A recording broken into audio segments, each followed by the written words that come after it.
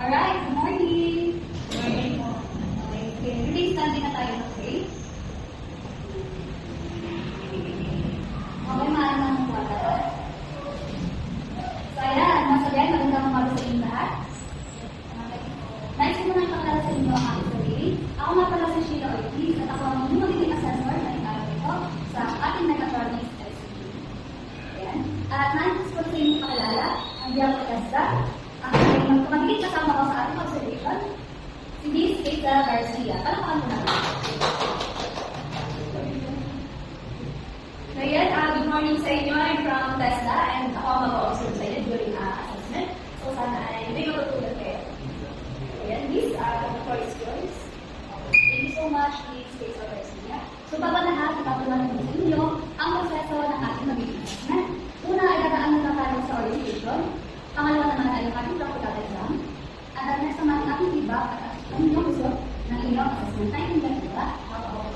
Okay. So kung bago tayo sa orientation, so mag-attendance muna ako. Nandito po si Miss Lainey Marco. Yes po. Ayan. At saka si Miss Maris Joy, person dito. Ayan. So, very good na lahat kayo nandito. So, ibibigay ko sa inyo inyong application form. Ang pakalagyan natin ng pangalan at firma sa baba. Meron tayong tatlong unit of competency na kailangan natin ipasa o magawa man yung araw na ito.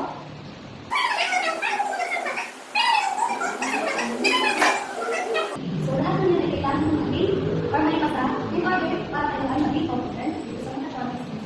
Ayan. So, meron kang anong oras para gawin ang assessment. Ayan. So, papalawan natin sa inyo ang rules ng ating assessment proper. So, una is mag-observe lang si assessor sa inyo habang gumagawa ang practical exam. At kapag may katanungan kayo or kailangan ng assistance, ako lang sa mga lalaki sa inyo. Okay? So, pangalawa, sundin yung mga instructions na pagkakaloob yan sa student. Pangatlo naman is, kapag si CR magsabi yung assessor, na napagtrabaho, nandito yung ating emergency exit. Ayan. So, at lastly ay yung confidentiality. So, importante na kapag tapos na kayo sa assessment is, keep yourself na huwag mo nang pagsasabi kung ano yung ginawa nyo, o kung ano sagot doon, o kung ano yung mga experience na sa loob ng assessment. Ano? May katanungan ko ba? Kung ako nakapasa kayo, ma-apply na yung inyong title as a professional mechatronics LCD holder. At kung hindi naman is, pwede kayo mag-retake ng assessment ulit. At syempre, kung hindi naman, kung kayo hindi kayo mag-busy, na kayo ay INC or non-competent, pwede kayo mag-apply.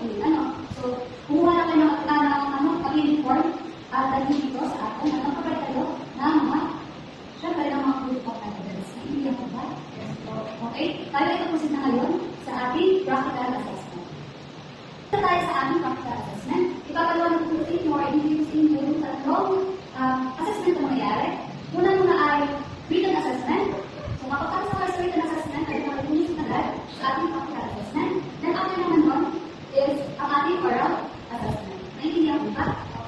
Okay, so itapusin na tayo ngayon sa ating written assessment. So, tarag na ng pangalan, bakit naging na rin yan? Yan. Sa tama mabuti, basahin ang mga instructions. So, pinakatanong ba kayo, may assessor? So, sino dito yung mga Bisaya? Or mga Ilocano? Baka kasi nahihirapan kayo magpasa ng questions ay maaari yung mag-teacher na pwede yung mag-assessor.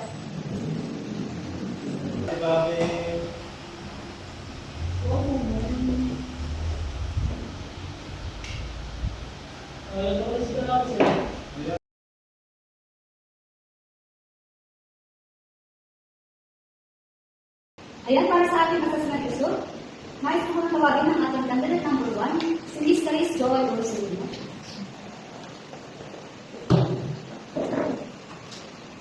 Hello, Mr. Joy Orsolino. So, kamusta naman ang iyong assessment? Nagpinaglapan mo po ako sa video at po ng pag-assessment sa lahat. So, ayan. So, mapansin ko nga lang dito talaga. Magaling na sa pagkagawa ng sumatik ng label diagram. Napansin ko na sanay ka lang sa pagkakabit ng mga white wheels. Kapag sanay ka lang, meron akong napansin na di pa kunti talo yung iyong mga white wheels. So, kailangan kayo i-adjust na lang kayo. But all in all, based on your performance and evidence that I at least report you that you are past the assessment. Thank you. Next, candidate, si Miss Valerie Marco. Hi, Miss Valerie Marco.